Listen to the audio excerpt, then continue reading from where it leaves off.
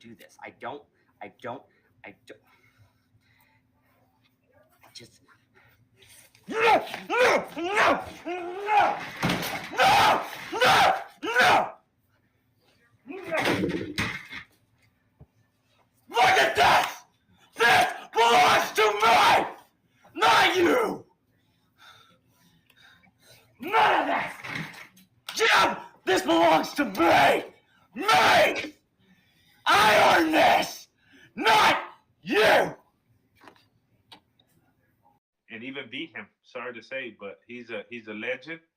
But to be the best, you must beat the best, you know. And I feel like I can beat him. So Chavo, I'm calling you out. I said, come on. There it is, Chavo Guerrero, right there. You heard it. Emilio Guzman calling you out, and I'm not gonna lie, love Chavo to death, but Team Emilio right here. That's where I have to go. Stuff. So you had a B plus on Raw, B minus on SmackDown, had a B plus and a B. You want to know what show got an absolute S plus in my opinion? SCP, that's the one. That's right. Squared Circle Pros Tornado Slam. What a show from start to finish. Damn. Yeah. Oh, yeah. We had, of course, everybody knows, as everybody knows, we've got BCW Wild Horses in Wilson, Texas coming up on February 3rd. And in preparation for that, next week, live on the Not Your Average Mark Wrestling podcast, we will have the one, the only, Exodus Prime as our special guest. AEW star. Again, table. There will possibly be a table there that might or might not have something to do with the match. Come out and see us. I want to say thank you again to everybody in the chat. Thank you to the boys for being here tonight. I want to say thank you to Ross and the boys from Labor 12 for being here. With these guys every time. We're there. Okay. Wheelhouse. So all I can say is Los Crudos better bring everything they've got because this is going to be a fight. I'll say I'm pretty sure I've only heard of like one Texas death match, and didn't David Arquette like almost die? Did you just talk about Good David Arquette? Lord. Did you bring David Arquette into a wrestling podcast? I said, didn't he almost die? Like, So I'm curious because I'm like, how are they gonna make someone? Because all the promos they've done to build him up, I'm like, the way that Sammy's been taking shots for Roman Reigns, the only real shot he's given back is a shot with the chair, and then he just got mollywopped. He's never been the guy who just comes out and messes people up. what do you get? And can overpower Roman Reigns. What? What do you get? Wally mopped, obviously. The news we received yesterday of the passing of Terry Funk is one that hits all of us, especially us here in West Texas, really, really hard. Terry Funk was a legend in every sense of the word. He is the reason West Texas wrestling is what it is. Hardcore legend, a legend outside the ring. You're okay. I don't know if he's watching live, but it spoke with Scar a little earlier today, and I know he's going to be watching the podcast a little later on. He's doing a little training right now. But there you heard it, Scar. He said he's going to break out of it. Like live on the podcast. He said he can break out of your podcast, or break out of your bear hug. So when you see it, clip it. when you see this,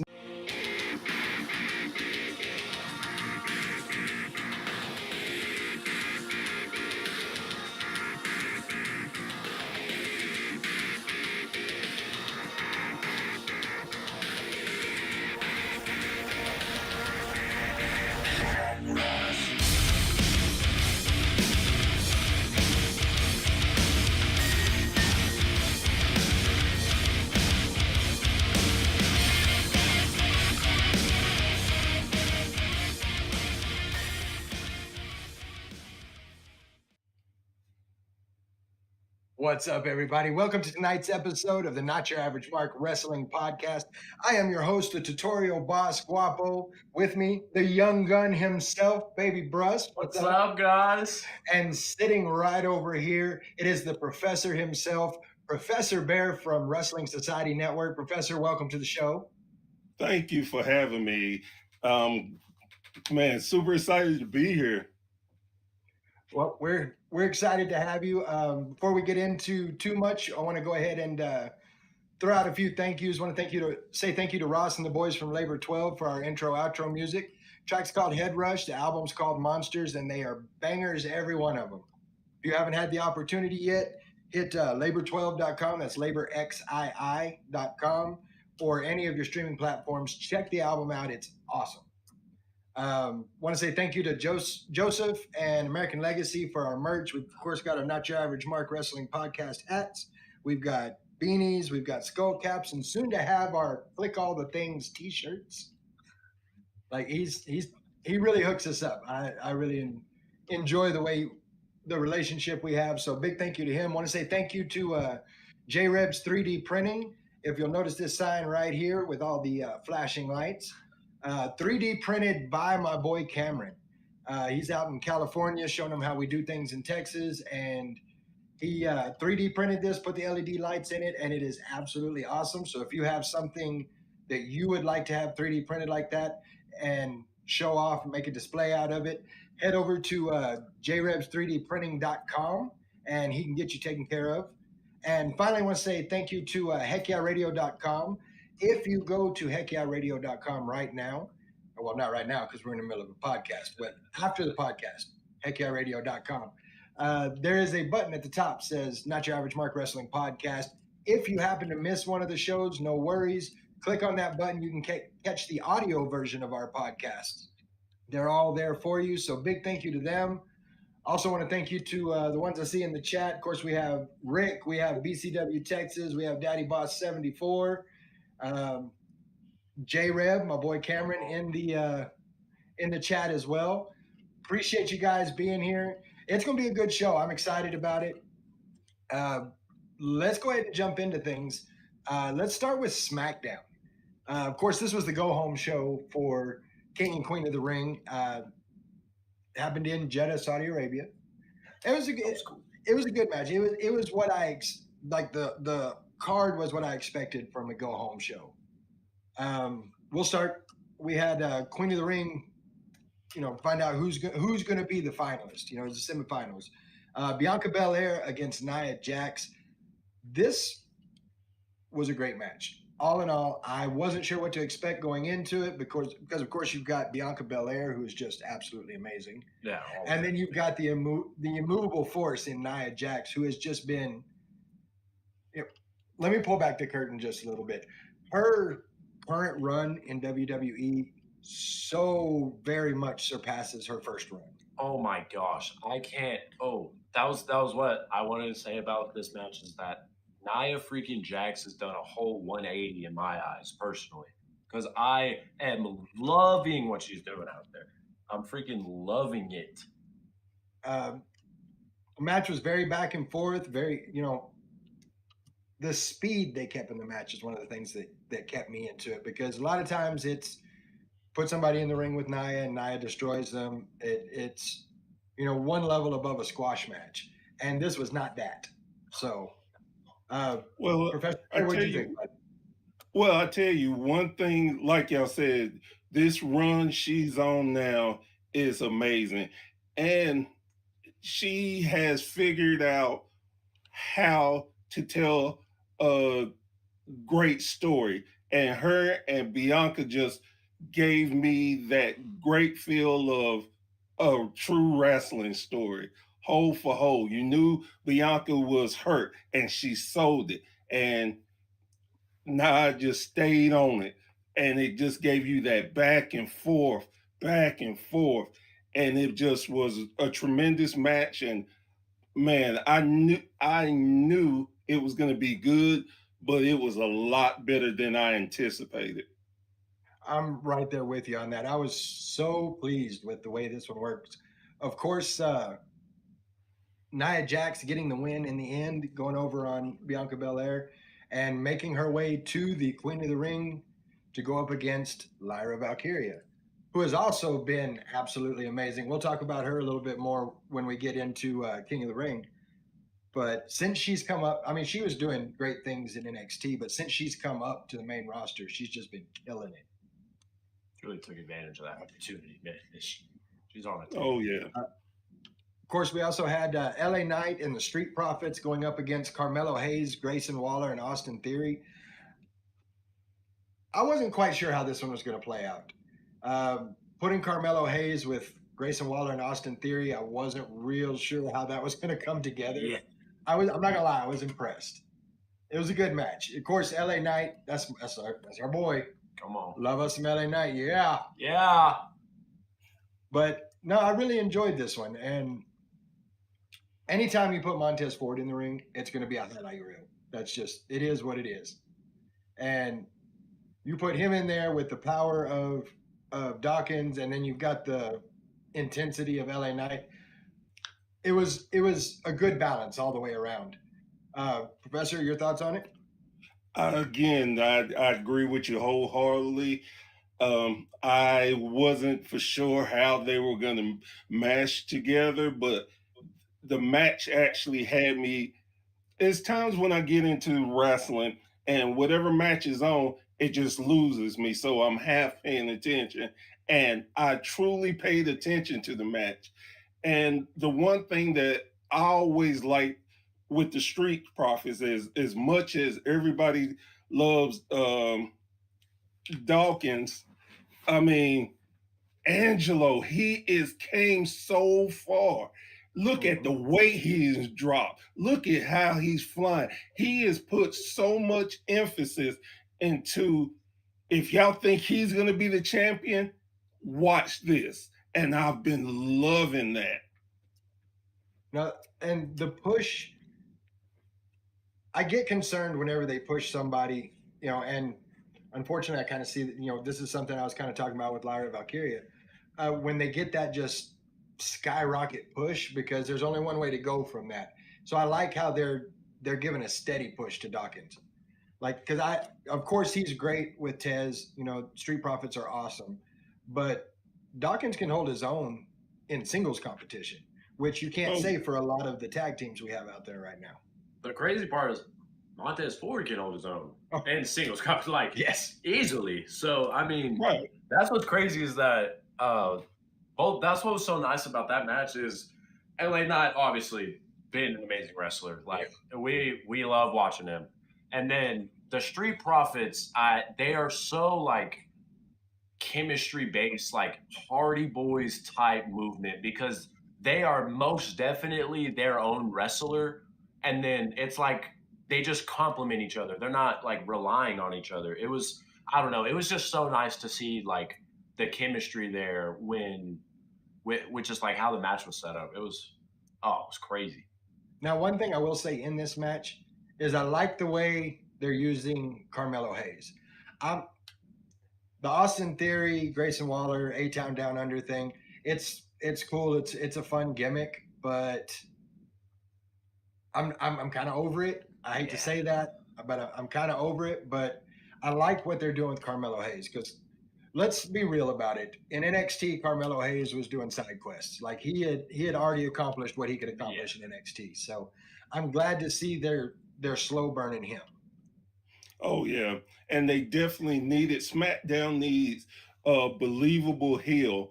If you give him enough time, you can see him being a world champion, and you don't have to rush it. Just like you said, a slow build, and give him time to mix it up. Like when what you call it comes back, I draw a blank every time.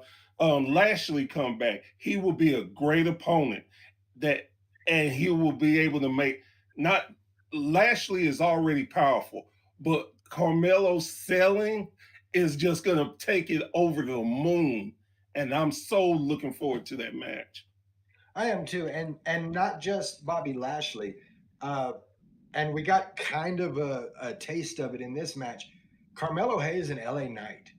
Put those two together in a ring, and that's going to be fire. Oh, man.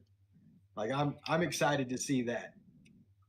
That's I'm what's looking. so nice. Like the WWE now, like in the past couple of months, has been so like we're pushing great things, we're making greatness happen, and we have greatness coming. Like they're doing so well, like nurturing newer talent now. And oh man, it's like we're saying, every time something new happens, I'm like, man, I'm ready to see where this goes. Like every week. And exactly, you don't have to have it every other week. Like, bam, the slow burn, the getting people established. Because I'm gonna say it, LA Knight is gonna be the next United States champion. And Amen. and when he does it, it's gonna be great because they've just built it. They already started small inklings of them having words against each other. They don't have to touch. Just the little look. This word, I'm gonna say this about you. Okay, I ain't gonna forget that. Yeah, absolutely. And I'm interested to see where all of this goes. And I'm right there with you. LA Knight is going to be the next United States champion. I don't. Yeah. I'm hoping SummerSlam. Yeah, What perfect. we have to think, right? Like, That's kind of where I'm at on it. Yeah, and great town too. He'll be back in his hometown. What a great way to take that loss, and I'm so looking forward to that. Oh, it's going to be great. Looking back at SmackDown, we also had Bailey versus Chelsea Green. Of course, Piper Niven with Chelsea Green. I just want to say, Chelsea Green does not get the flowers she deserves because she puts things over so well. Like she sells like no other, and she is her character, and I love every minute of it. yeah, Go ahead.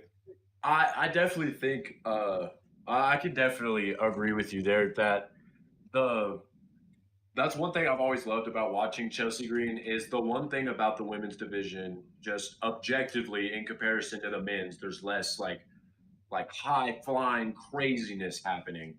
And I mean, it's just because men are more athletically gifted, but the people.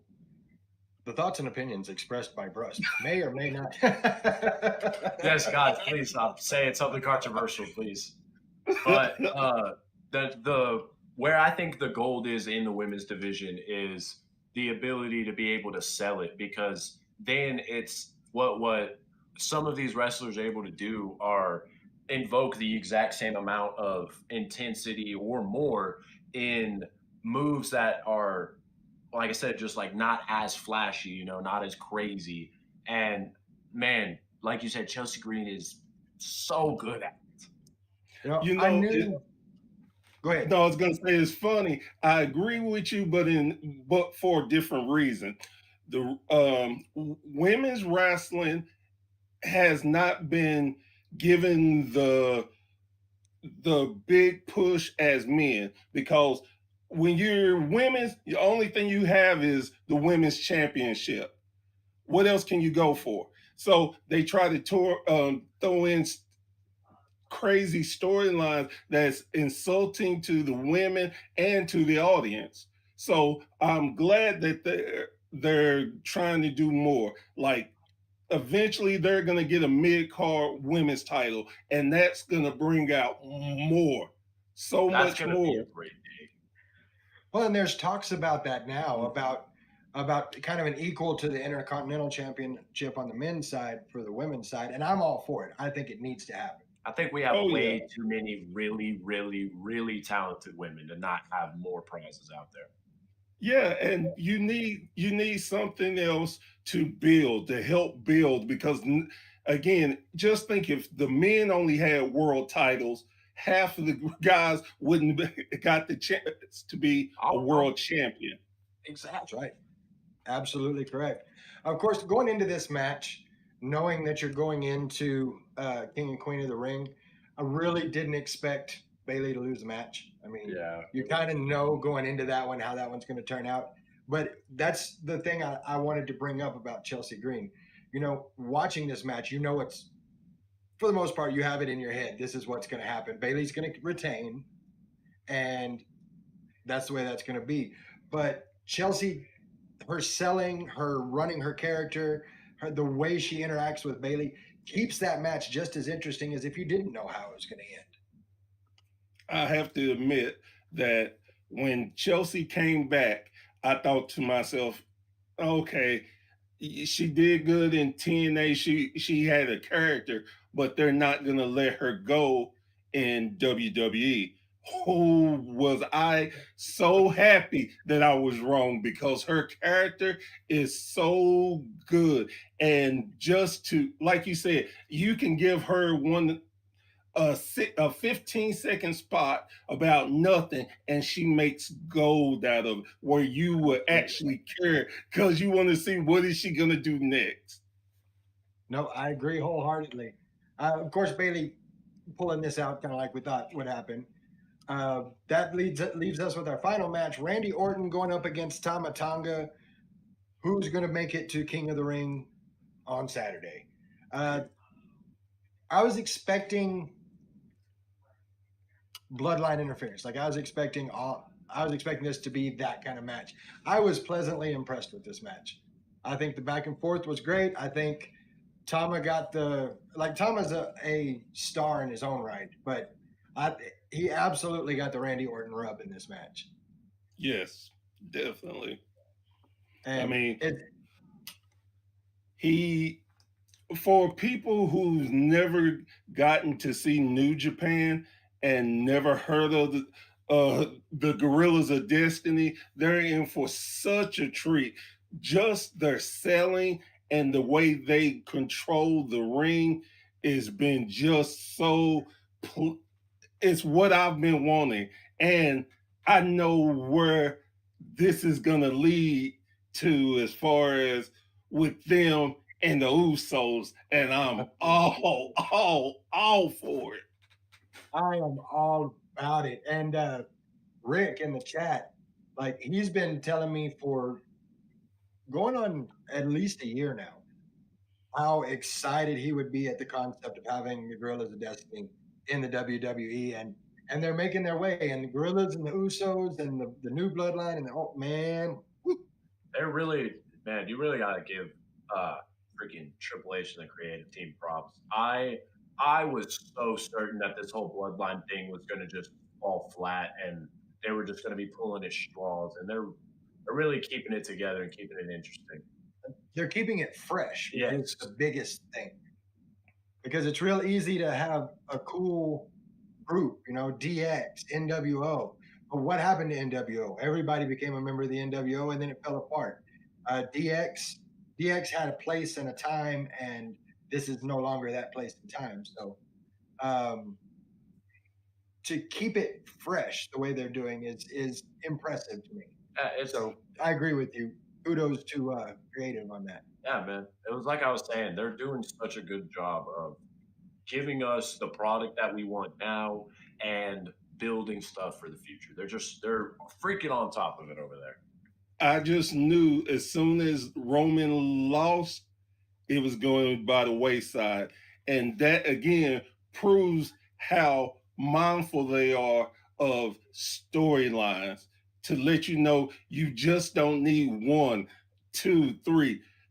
And let me give kudos to the man that really doesn't need it, but Paul Heyman has been selling so beautifully. I mean, dangerously himself.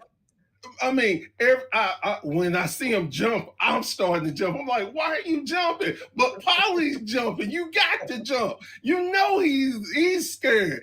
And that, like you said, that is what makes a storyline where you can pick up and not have the most popular, honestly, the two most popular people in The Rock and Roman not there, and still be going and still have you guessing. Mm-hmm. And I'm all about it. Of course, Randy Orton goes on to win this match. He solidifies his spot in King of the Ring. But talking about the storylines, the thing that I'm loving right now I don't know if we're calling it the Renaissance or the Triple H era, whatever you want to call it, is that it's not just a storyline. It's okay, this could happen, this could happen, this could happen, this could happen, and they're all plausible. It's like a choose your own adventure book. So like I've told so many people of us smart wrestling fans, the best thing for us, we complain about everything in the world. But if you fool us, that's what we want. Because if we can sit and pick it apart, we are bored. We're not happy. We want to be able to be fooled. Take us right when we knew we were going left. That is the mark of truly how you are getting wrestling fans, because it's easy to get casual fans. You can fool them. But for real wrestling fans who are really into it, if you can fool us, we enjoy that. Absolutely. Yep, it's you're new on the podcast, but our viewers will recognize when I say it sounds a lot like something I've always said, is that the whole thing, the reason why I'm in this podcast is I'm a wrestling fan because of they build a stereotype, they build a structure, and then they break it, and that breaking it is where it's amazing. Mm-hmm. And I'm glad you brought that up the way you did, because that's going to take us right into King of the Ring, because, I feel like I understand wrestling fairly well. Yeah. So in our very first match, we had Liv Morgan up against Becky Lynch for the women's title. The women's title, of course, vacated by Rhea Ripley because she got injured by Liv, who's on her revenge tour, and she wants to take everything from Rhea. Now, I said this in our prediction show that, I think we need to let the Liv character heel Liv cook a little bit. They've got a history of titles not changing hands in Saudi Arabia. Like Becky's going to win this one, and they fooled me. Just like you're talking about, I was not expecting it. Liv Morgan, your new women's champion. Oh my goodness. Watching that match, oh my God. I cannot tell you how many times I was freaking out, because I am such a big fan of Liv Morgan. So I was sitting there like, I want Liv Morgan to win. But I'm also, like you said, I'm not your average market. I was like, Becky Lynch is probably winning this. Like, that's what's probably going to happen. And so I was just sitting there like, wait, she's doing it. Wait, no, she's not. But, oh man, I was so at odds through the entire thing, because it was just so good. Well, and the steel cage. No, we're not to that yet. Oh, that's wrong. We're at King of the Ring, King and Queen of the Ring. But the thing that gets me is, while the story is in the ring, it's Liv and it's Becky and it's for the belt. They're adding the layer in the story of Dom coming out. Oh my. Dom is there specifically to keep Liv from winning the belt, and ends up costing Becky the belt. Liv gets the belt anyway, and it's just sitting there thinking, Mommy's gonna hurt him. Oh, I tell you, really see. Go ahead. No, I was gonna say, and as we were just talking about how we can see things, and honestly, I was on a different podcast and we were talking, and I said, well, Liv is gonna win. They're like, no way. I'm saying, well, let me tell you 2 reasons why. I said, one, Becky hadn't signed, and she's not, because she's gonna take some time off. This is the perfect time for her to drop the belt. Plus, it gives credibility to Liv, because it would have sucked if she just won the Battle Royal. This gives her credibility beating a big-time player. 2, that I saw Liv and Dom on a Raw in the background, and nobody said anything. I was like, I see where it's going there.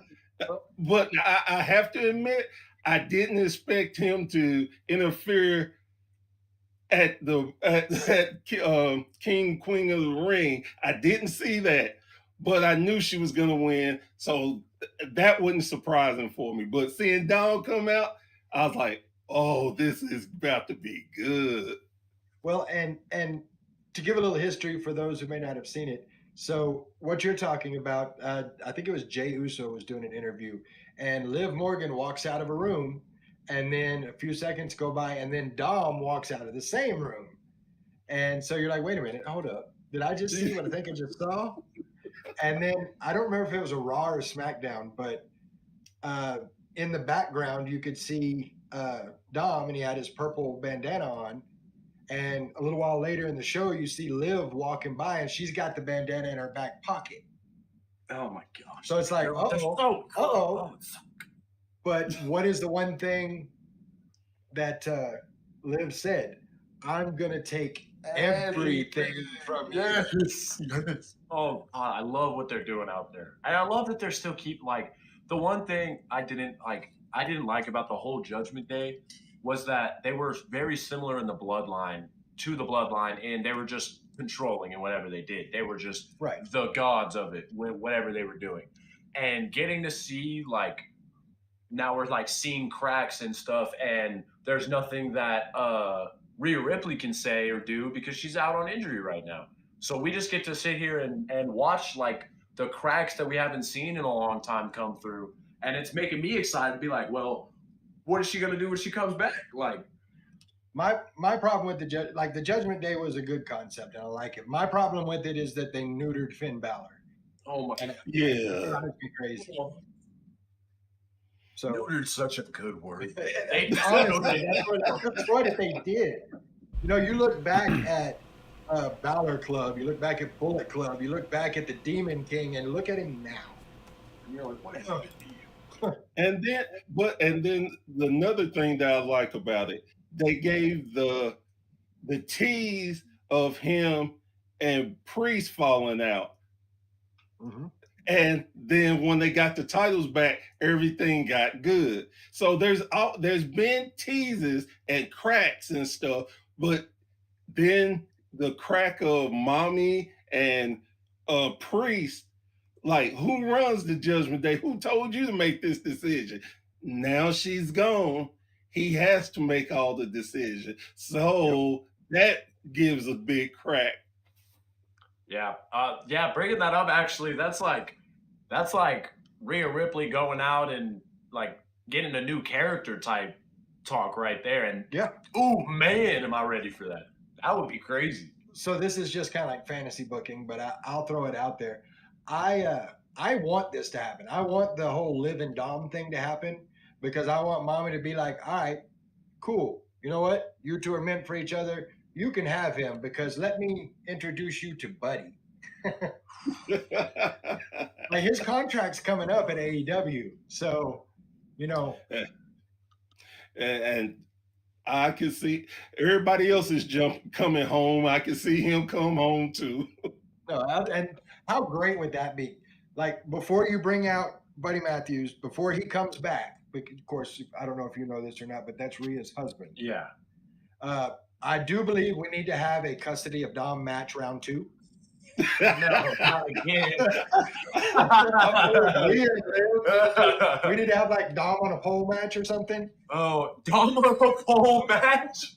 I've heard that a bunch of people are spectating that happen. I think it would be great. What a big circle back. That would be Oh, great. yeah. But no, it was a really good match. It surprised me that Liv won. I was happy with the way it went down. Like it kept me going, okay, what's gonna happen next? Yes. In just that story. Oh, yeah. Of course, after that, we get the Queen of the Ring match, Nia Jax against Lyra Valkyria. I am so impressed with Lyra Valkyria right now. Like some of the things she does, and I will say, I said it in our prediction show, I do need a little more from her. I wanted to see her win this just because it would give her another mark on her resume other than I'm Becky Lynch's friend. And if you ask me, I think it was too early for Nia Jax to win, like big like that. I think she still needed some more time to Nia or Lyra? not. Okay. I really do think so because for people who like didn't watch her very much in her last run, like they're I mean like me honestly like they're in love with this character like this new version of her and it's all like really great stuff and I just don't think I'm ready to see like because the thing about higher card stuff is you get like locked into it pretty quick and you're there for a long time and for me I feel like she still has more room and more space to fill out before she really gets to that hey this is me this is what I do this is I'm the person people are trying to be this No, that, like the Becky Lynch like the Rhea Ripley like the Bianca Belair. I get you, but I do feel that, of course, Nia won Queen of the Ring. Um, I feel like that she brings, like, with her new character and the way she's doing things, not just in the wrestling aspect, but she's got the attitude that she can carry this queen, bow down peasants. She can't say peasants, though. Booker T, King Booker, the only one that can ever say peasants. But I think she can carry that air really well without turning it into a comic book character. I agree with that. So That's good. Yeah. go ahead. I knew she was gonna win, and the reason why is exactly what you said. This is a perfect building block for her to show more of her comedic side, her royalty. She is a talker, and this is a great way of letting that go. Plus, now that they have put the titles on the line, what is more better than Queen Nia, the WWE champion?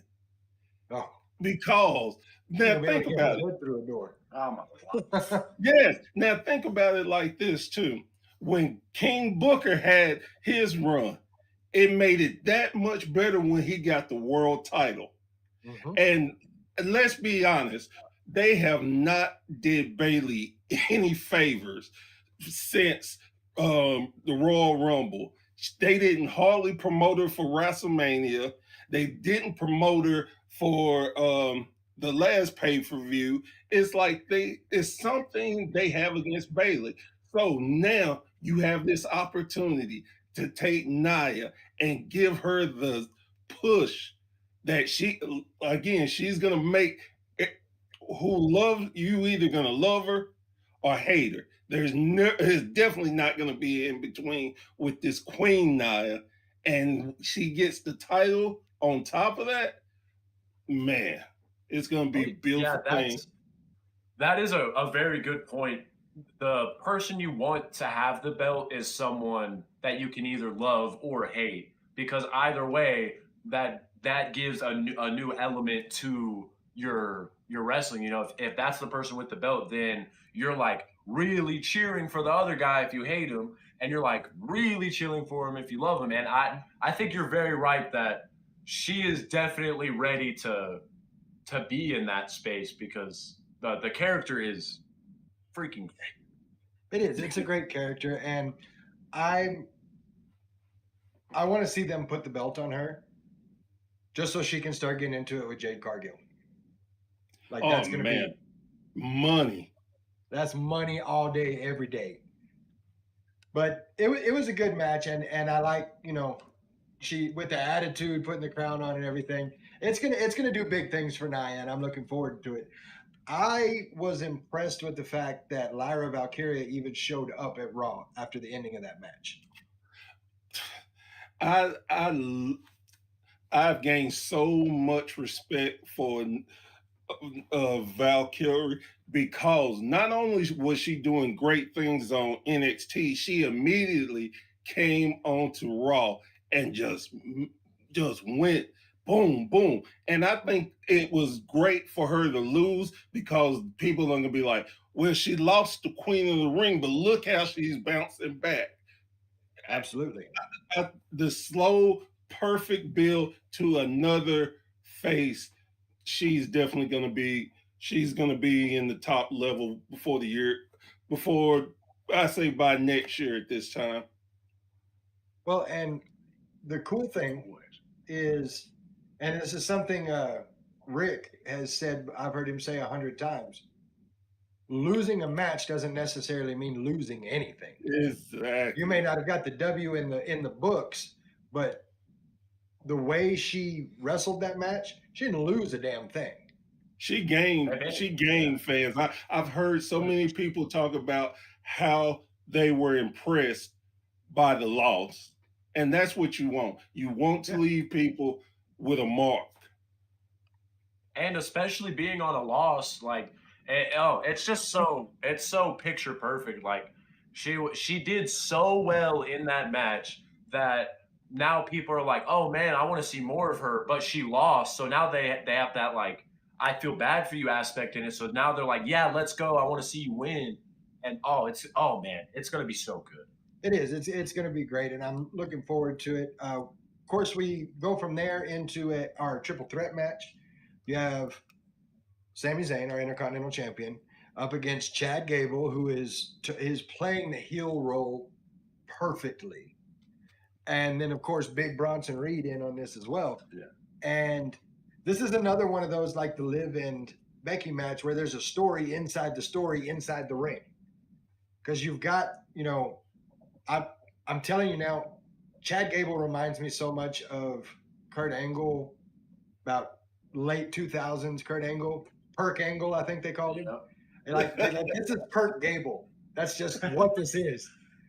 And he is playing the heel role so well, and he's doing it. It's Sammy, he's the underdog. He's everybody's hero, So having them together in this, and then they have their own little feud, and then Bronson Reed, he don't care. He just wants to beat everybody up, take the belt. Yep.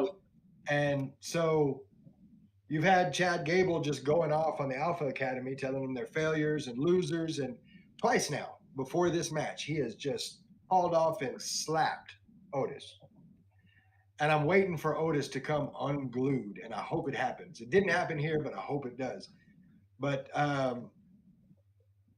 it has been, the Alpha Academy hasn't gotten involved. Chad Gable wants them to get involved, and they back off and they won't do it. Tozawa's like, no, that they're just not going to do it. Well, he tells Chad Gable, you're going to get involved, or Chad Gable tells Otis, you're going to get involved, and Chad's holding Sammy. Here comes Big Otis, and Sammy gets out of the way and just lays out Chad Gable, which I was all about. I thought it was great. This allows Sammy to get in the ring, get the pin on Bronson Reed, 1, 2, 3, and still your Intercontinental Champion, Sami Zayn. But the story that comes out of this isn't so much that Sammy's still your Intercontinental Champion. It's the implosion of the Alpha Academy. It's Otis and Chad Gable, which my thoughts on this are the Alpha Academy are going to start migrating over towards Sami Zayn, and you're going to get the Creed brothers, and they're going to join up with Perk Gable. Yeah. And this is the fight you're going to start having. I'm definitely interested to see. And if I'm being honest, this was my least favorite match from it all. But I just don't like. I think Alpha Academy as a plot point, it does not hold very much power to me. And this match, I will say, I will give it credit that for the first time in so long, I was actually turned an ear up to something Alpha Academy related. Because I was like, wait a minute, there might actually be something here. Because in my opinion, I've never liked it always just felt so mid-card, and it was meant to be mid-card, and because of that, it was like they didn't put enough energy into it. It was just kind of a thing that existed. And now it's like you're saying, there's an implosion always means a big fight. And a big fight with those guys, because that's what I hate, is that those guys are all really great wrestlers. Mm-hmm. And so if what you're saying does happen, that's going to be gold. It's going to be really cool, and I hope that's the way it goes down. But one of the things that I really like about this, and it's rare that it happens, and it's happening more and more, is that honestly the match was secondary to this story. And it doesn't happen often, but every now and then you get a good enough story that the match that's happening is secondary to that, and I love it. I'm a story guy. Like storylines that's my jam. So having that storyline to a point that the match feels secondary was great for me. Uh, Everything you said right on point. I mean, even to the Creed brothers joining him, you see it. They planted the seed already. I'm all about it. Plus, the one thing that easily could have got lost but didn't. Bronson Reed took the pin, but he still is not out of it, and Oh no. he's gonna go in it. Now I see Chad winning the title off of Sammy, but he's not gonna have it long because Bronson is gonna try to kill him to get that title. So I see so much out of it. I see so much they can do with it, like you said, and then Otis. Everybody know Otis. Once Otis start getting the shake, he's gonna go after that. Everybody know that. Well, that takes us to our King of the Ring match. Of course, we have Gunther versus Randy Orton, and I was waiting for this one, just because Randy. I mean, he's the Viper. Anytime he's in the ring, it's a good match. But Gunther puts on banger. I'm gonna steal Sheamus's line: banger after banger after banger. It's just putting the two of them in there together. I was excited for it, and they did not disappoint. Randy sold the hell out of the back. He sold the hell out of the knee. And Gunther, I love the way that he sold the frustration. He should be done already. Why is he not tapping? Why is he not taking the pin? Why is he not done? What a great, oh man, and what a great angle to take with Gunther. Oh, Oh yeah. my gosh, what a great way to steer that match. But I tell you, Gunther, I knew when he lost, I was like, okay, they are gearing him up for a world title run. There's no doubt about it. He will be world champion before the end of this year. When Triple H threw in the caveat that they got the match at SummerSlam, I'm like, oh my God, this is making the Drew Priest CM Punk thing get even better because you just don't know who's going to get Gunther, and whoever gets them, I feel sorry for them because one thing, their chest is going to be caved in. No. Complete hamburger meat. And he is going to, if he doesn't win, that would shock me. And the only reason it would shock me because it's like, okay, they're just going to draw it out. Gunther has the ability. Name me anybody in the WWE right now, male or female, who can finish people with 4 different moves and you don't know what's coming. No, there's not one. He is a fluent. He's what I like to call a true old school wrestler. He will beat you with wrestling. Oh, And absolutely. sell it, anything. I've never seen somebody get sold off a clothesline like him since Bradshaw. Yep. oh, There's just It's an intensity that he has that's, it's fun to watch. And the chops, man, it's insanity. they can, if they told me they'd give me $1 million right now to take 5 chops, I would tell them, no, thank you, keep your money. Yep. One, That's yeah. right. I I'm do with you one. on that. I would do 1 because I could go to the hospital, but 5, no. you're dead at that point. The back and forth in this was great. Of course, Gunther pulls it off. He is your King of the Ring. And as you brought up, he's going to fight the world champion at SummerSlam. But who's it going to be? Because you've got Damian Priest, you've got Drew McIntyre, you've got CM Punk. You're going to have a returning Seth Rollins. Like, who is it going to be? You've got Drew. Drew already has a match against Priest at Clash at the Castle in Scotland. So everybody's like, well, surely Drew McIntyre is going to win in Scotland, but you've got CM Punk in the mix. If he shows up, I mean, this is what I was talking about with the choose your own adventure stuff. There's so many different directions this could go. So I'm interested to see how it goes. The one thing that is for sure is just like you said, whoever it is, I feel sorry for him because Gunther's going to cave their chest in. Yeah. Oh, Gunther, he is going to be a world champion. Like, he's needed that for a minute now. That takes us to our main event of the night. The American Nightmare, Cody Rhodes, against Logan Paul. I am not a Logan Paul fan outside the ring. Outside, he's cocky, he's arrogant. I get it. That's his character. But I just don't like the dude. But I've got to give it to him. It's a spot fest every time he gets in the ring. And his business acumen, I mean, in the middle of the PLE ring is a great big old Prime bottle. He says Prime on the top turnbuckles. I mean, dude knows what he's doing. I got to give him that. But this match, him and Cody, it was a clinic in what the matches should look like. Oh my!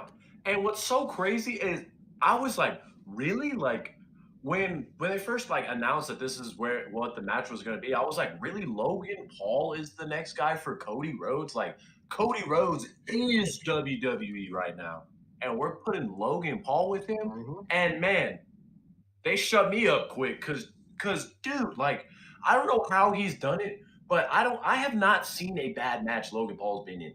I have not seen anything where I'm like, okay, well, I don't know if that was. No, every time it's good, and it's like you said, it's a clinic for. It's like he took a textbook in wrestling and just became it. Like, Yeah. he's so good at doing what needs to be done in the ring.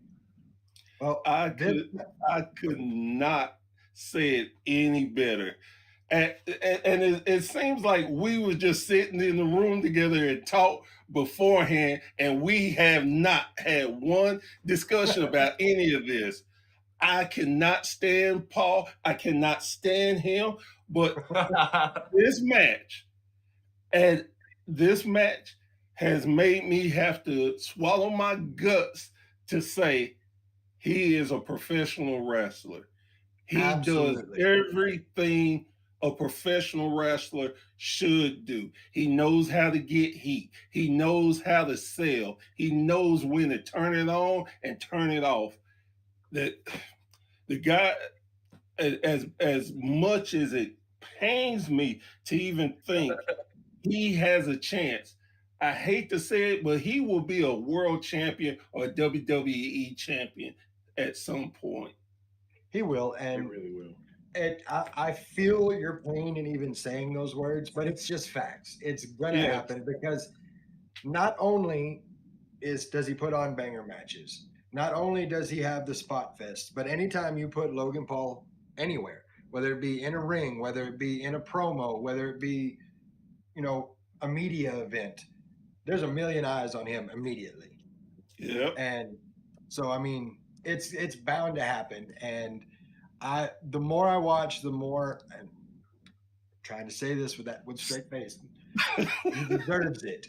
Oh, I know that one was hard. That hurt me to say. But today ain't that day because Cody Rhodes with the win and still Universal Champion. God, I mean, say everything we're saying about Logan Paul. I mean, a lot of it's very true. At least with the being a title holder, I think it's so true about Cody. Like, he is so like made for being a WWE champion. Like, dude is world class out there. My problem with Cody right now, I love Cody and I love that he finished the story, but I'm seeing now what I was afraid of at WrestleMania. He finished the story. Now what? The story is over. What do you do with him now? And it's not his fault. It's WWE's fault for not having stronger people ready to go. And I used to say this all the time. I was like, when Vince was running the show, the main thing he cared about was the top athlete. you have to have mid carders that are ready to go. You have to have a believable guy to help carry, because no champion, I don't care who they are, a champion is nothing without a contender. And some of the best wrestlers you can name as a world champion had the right contenders. Ric Flair would not be who he is today without Dusty Rhodes, without Magnum TA, without you name it. Rick was a great champion and made a lot of people look good, but in the same token, your incredible contenders made the champion look good. Yeah, I was just about to say you're absolutely right in the fact that he was a great champion, made a lot of people look good, but that's because a lot of people made him look like a great champion. So I mean, that's the give and take of it, and I'm waiting for that Dusty Rhodes or that Magnum TA or that next person for Cody, because I think Cody can tell a story like no other. Oh Yeah. But he needs that contender, and I'm interested to see who it's going to be. I'm kind of, and I, me and a couple of guys talked about this earlier, but unfortunately, I think it's going to be Randy Orton, because that's an easy, low fruit you can jump on real quick and get through SummerSlam with. Well, and I'll tell you this, I wouldn't mind seeing that. However, it can't be this Randy Orton. Cody's got to flip that switch and turn him back to heel Randy Orton. Yeah. Dude, if we could get heel Randy Orton back in the WWE, I don't think there is a better yin to Cody's yang for that title run. Like, I do agree that is definitely low-hanging fruit, and he's a lot older now, so we're not too sure if it's really going to come through the way we would want it to, but either way, Randy Orton is so good at being a freaking heel. Like, he's a great heel. He's better heel than face by far. Well, I'm gonna do kind of a quick run through on Raw. Just a couple of things I want to talk about there. Of course, the big thing that everybody's talking about was the steel cage match for the Women's World Championship. Becky Lynch, Liv Morgan, the rematch clause. They get their match going. You can already see from Becky that she's got "I'm not going to be here" in her head. When she was talking to Lyra, you could see it was there. After the match was over, Liv gets the win in this one with the help of Dominic Mysterio, who, again, unwittingly helped her win the match. But just looking at Becky sit in the ring afterwards, you could tell it's over, and that's the angle she's playing. Do I think she's going to go anywhere else? No, I don't. I think just like you said, she's going to take some well-deserved time off. She's going to be a mom for a while. Like, she's going to take the time she needs. But as Liv Morgan is walking towards the back, she runs into Dominic Mysterio, eyeballs him real well, and then just plants this huge kiss on him and just gives that Liv smile. And if you are between the ages of 14 and up, you know the Liv smile. You thought about the Liv smile. It is what it is. And I mean, it just goes so deep into that "I'm going to take everything from Rhea" angle. And I loved it. I thought it was great. They're using Dom and the injury. Like, I love this Rhea Liv thing that's happening right now, because it's so, like, everything feels so, like, perfect. Like, seeing no other storyline with any other scenario would I say making the secret affair kind of situation, cutting that off by just big kiss on live television already is a bad idea. But with them, it was perfect. It's exactly what she would do. Like, and you know how much street cred that got Dom? Oh my God, bro. Everybody in the world, every man in the world hates Dominic Mysterio right now. I tell you this, I see a lot of people put up wrestlers and their accomplishment with title belts. Somebody put up the accomplishment of Dom. He had 2 titles and a kiss from mommy and a kiss from Liv. I mean, but hold on now. Who else can say that? Who else can That's say what I'm they had saying, the bro. kiss from mommy and the kiss from Liv? Like, you know, Grown men pray for one of those and just got both. I'm just saying, Dom, kudos, man. Yeah. Good job. Hey, recognize Never- King. Dude, jeez. Never thought I would ever want to be Dominic Mysterio, but for that moment, I wanted to be Dominic Mysterio. The other big thing that came out of Raw for me was, well, there's 2 things actually. It was the promo at the beginning. Gunther comes out and talks, and then Priest comes out and says, "Look, man, you're doing a bunch of this. That's just, it is what it is." And then here comes Drew. Drew's like, "Look, bro, you forget him. You have to worry about me. Okay? Stop worrying about everybody else. Concentrate on your title because you're coming to fight me in my hometown in front of my people." And the thing I love the most was Drew says, "You know, here they've called me a warrior, a psychopath, a madman. In my country, they just call me Drew because we're like that all the time there." I was like, you know, I love it. I love it. The only thing that scares me is that we have already done this song and dance with Drew, just not the hometown part where he's like, "Stop worrying about it. Worry about your title." And we saw Yeah, it didn't. Well, it was, no. It went the way it should have went. All he had to do was walk up the ramp. All he had to do was raise the title and walk up the ramp. And he would still be champion today. yeah. But no, he had to come get it and do this like awkward crawl on the table and put the belt in CM Punk's face. And, you know, in the words of Michael Jones, what did you think was going to happen? Yeah. But Oh, man. I enjoyed that and getting into the Rey Mysterio and Carlito thing. I'm enjoying that because I feel like we don't have a whole lot of Rey left. No. You know, he has had a storied and just phenomenal legendary career. And I don't feel like we've got much of it left. And I feel like Carlito is a good way to get him into the mix. And at some point we get him back to Dom. And I feel like Rey goes out with Dom. I really think that's why he's with Carlito right now. Is I think they got that button, they got their hand over it right now. They're just waiting for the right time to press it. Yeah, I definitely could see that. That takes care of our weekend review. Before we get into anything else, I do want to tell everybody, if you like what you see and you like what you're hearing, make sure you go to all the socials, click the likes, click the bells, click the subscribe, click all the things, all of them. Click all the things. All the things. Yeah.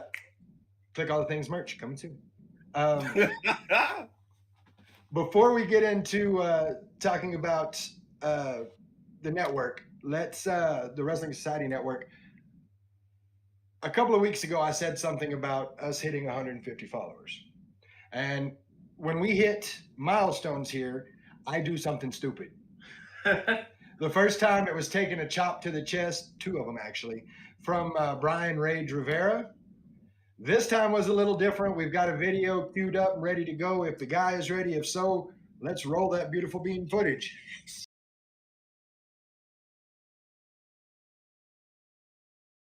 What's up, everybody? It's your boy Guapo, host of the Not Your Average Mark Wrestling Podcast. I'm here at Squared Circle Pro Tornado Slam.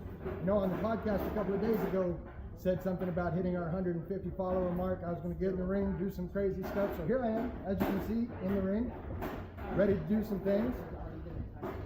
Ready to do some things. Ready to do Look some who things. showed up. I told I've you been I'd be here here. since 9 o'clock. Gringo, what time is it?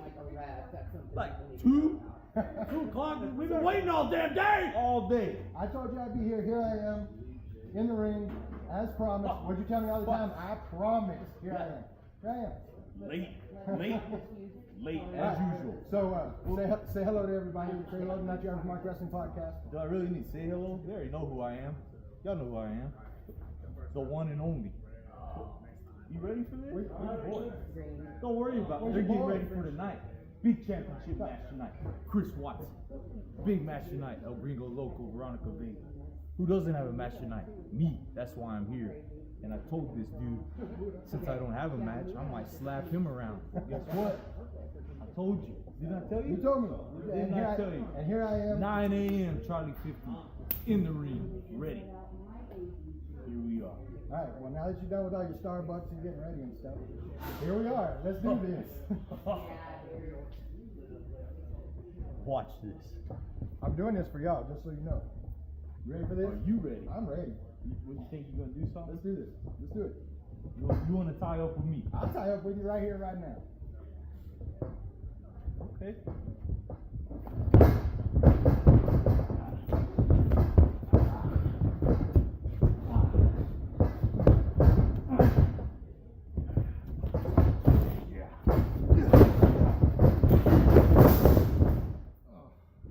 Oh, you want to tie up with me right now, huh? You're welcome. And there you have my something stupid. Compliments of Charlie 50 of La Migra. To say that was a little bit uncomfortable is an understatement. So just being a guy on the outside looking in, and just to give you some context, I'm 6'4", 304, something around that range. I'm a big guy. If he would have did that to me, I would have rolled out the ring, went to my car, and shot him. I'm just saying. I'm just saying.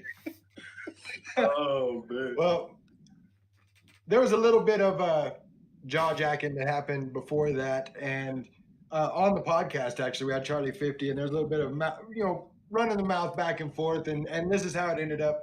He's just lucky that it was him and not Chris Watson, because that would have went a whole different way if that was Chris Watson. But I digress. We'll get into that another time. What I do want to get into, though, is the Wrestling Society Network. For those that haven't had a chance to see that, to know what it is, give us an idea of how that came to be. All right. Well, so let me give you a little backstory. The owner and the CEO of it, his name is Brady Owens. And in 2018, he decided he was going to start a podcast and do a bunch of stuff.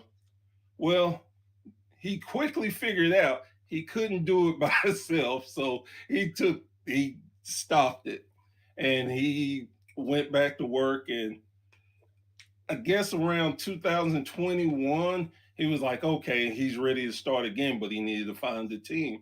So he put a flyer out there for people who wanted to be co-hosts on the podcast.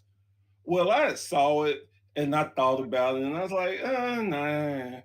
So then I told my, at the time, fiance, she's my wife now, I told her about it, and she was like, you need to do it. That's right up your alley. I was like, nah, who want to listen to me talk about wrestling? She's like, baby, you would debate with God. If God came down right now, you would say, Lord, I mean no disrespect, but ABC, you're not right. So I was like, kinda, maybe. So I thought about it, and I went ahead and sent him a quick tape. And within the hour of sending that tape in, he hit me up, and we've been rocking ever since together. And so we had a podcast. We started out with a podcast, and originally it was 5 of us, and one dropped off, and it was 4. Then one dropped out, but he had some personal things, but he still stayed when he could. So that left the 3 of us. So we did the podcast, and one day we were talking and came up with an idea. Brady was like, hey, there's 2K promotions out here. I would love to run a promotion. Hey, let's do a 2K promotion. So we was like, okay, cool. So we did. It took us I think 3 months to get everything together. Oh, when I say it was painful doing the voiceovers, Jesus, it was A B, stop. Oh, you said B wrong. Let's do it again. A B. Nope, you forgot C. Come on. So after all that, we did it and we enjoyed it. And before we knew it, we were getting looks because it was on YouTube. Before we knew it, we were getting streams all around the world of people watching this. We were getting 400, 5,000, 10,000. One pay-per-view, we did over 20,000 views. And yeah, and we was like, wow. So we really need to keep up with this. So we were talking about it, and Brady got a chance to, we took a little break to keep the mental sharp. Well, I guess during that time, Brady was like, YouTube is cool, but what if we had a wrestling app? Hey, we can put that on, and we have so much content we did, and not just our content, other people's content. Hey, what if we got independent wrestling shows? Because we were dealing with 2 at the time. So Brady, being the brilliant man he is, he got the stuff together. He let us know, and then we started putting it together. And March of this year, we released it, and we've been going strong ever since. And we have all types of different wrestling content. We have, as I said, we have a 2K promotion, if you like, 2K wrestling. We have other podcasts on there where we don't have a chance to do podcasts like we like to. We got other podcasts on there, so you can have different types of views, and maybe you like one better than the other. We have actually wrestling movies, WWE wrestling movies. We have older ones that were made in the 70s, in the 80s, where you can go and watch those. And again, we do have independent wrestling organization. We have their content, and we have that. We have bios. We have documentaries. We even have a wrestling figure promotion. As silly as it sounds, it is one of the most. It doesn't sound silly at all. There's what is it, My Damn Toys? Yes. He has wrestling figures that he shows him getting them. He has matches that he puts together. Like it's just like that. It is so well done. I tell you, one time I was just looking, and I said, well, I'm gonna look so I can be more familiar with it. And I said I was gonna give it 15 minutes. 2 hours later, I was like, holy crap, I got to get back to what I was doing. It had immersed me so much, and I was so just amazed by it. We have, as you can see in my background, I have a bunch of games. We have wrestling games where they give their opinions of different wrestling games. So we have so much. We got wrestling comedy, comedians that does wrestling jokes. We have so much. And the best thing about our app for me, it is free. Wait, hold on. Wait a minute. You mean to tell me you got every form of content that has to do with wrestling that you could find all in one place for free? For free. And not only is it free, but we have it on big networks. We have it on Roku. We have it on Amazon. We have it on Fire Stick. We have it on Apple Plus. And we're still working on doing some other programming too. But again, right now, it is free. Why in the world would you go anywhere else to look for wrestling content when you have this free? So, as someone who enjoys wrestling content the way I do, like if my wife were in here right now, she she would have no problem telling you I'm always searching up this match or searching up this show or watching this documentary. I'm always searching YouTube or going to look here or going to look there. The best part about this is all of these things right there, one app. And the free thing is still blowing my mind. Yeah, because I mean, even without the very, very extremely vast selection of content and different content forms, the consolidating of all of these different matches is something that is definitely worth paying for. It's worth making an app over. So I think, I don't know, you guys out there, I think y'all jump on this right now while it's still free, because if you ask me, ain't gonna stay that way for long. And I would be lying if I said it was. But again, what we're trying to do is build a network for wrestling fans to make it easier to find content. And just like we have one independent promotion, Coastal Championship Wrestling, and they have some great wrestlers there. They have footage. We have a match with Dustin Rhodes with Cody and Dusty there. Oh wow. These are matches that hadn't been seen. You can see new matches. We have Brian Cage is big in the independents. We have, I think, in three different independent wrestling that we have, they have Brian Cage in them. We have so much different content. And on top of all that, we only have, I say, 30% loaded into that network. Just 30%. Wow. Well, and it's funny that you bring up Brian Cage because, of course, one of the promotions we have here in Lubbock, and friends of the show, Squared Circle Pro, they have somebody there, and he also wrestles with Buzzsaw Championship Wrestling, BCW. Longtime friend of the show, actually BCW heavyweight champion. His name's Justin Taylor. Actually had his dark match at AEW against Brian Cage. So just the reach of independent wrestling, and we talk about Texas independent wrestling a lot here on this podcast, but just the reach that independent wrestling has, and having a place where you can go and watch, independents you haven't seen before, or people that are wrestling independent that you may have only seen in the big times, a chance to see where they came from. And that,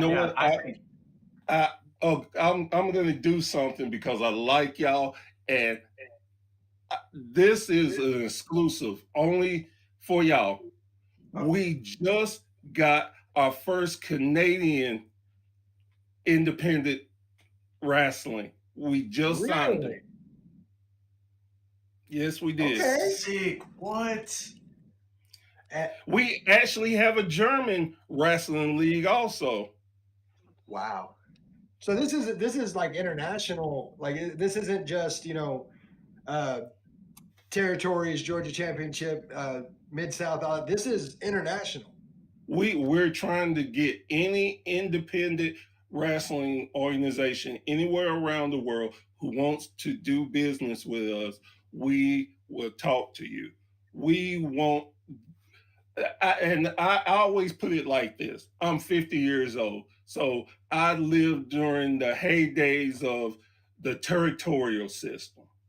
And I love that because you had so many different wrestling groups around, and it was great. But the only thing then, cable was new. They didn't have a lot of places that had that type of marketing.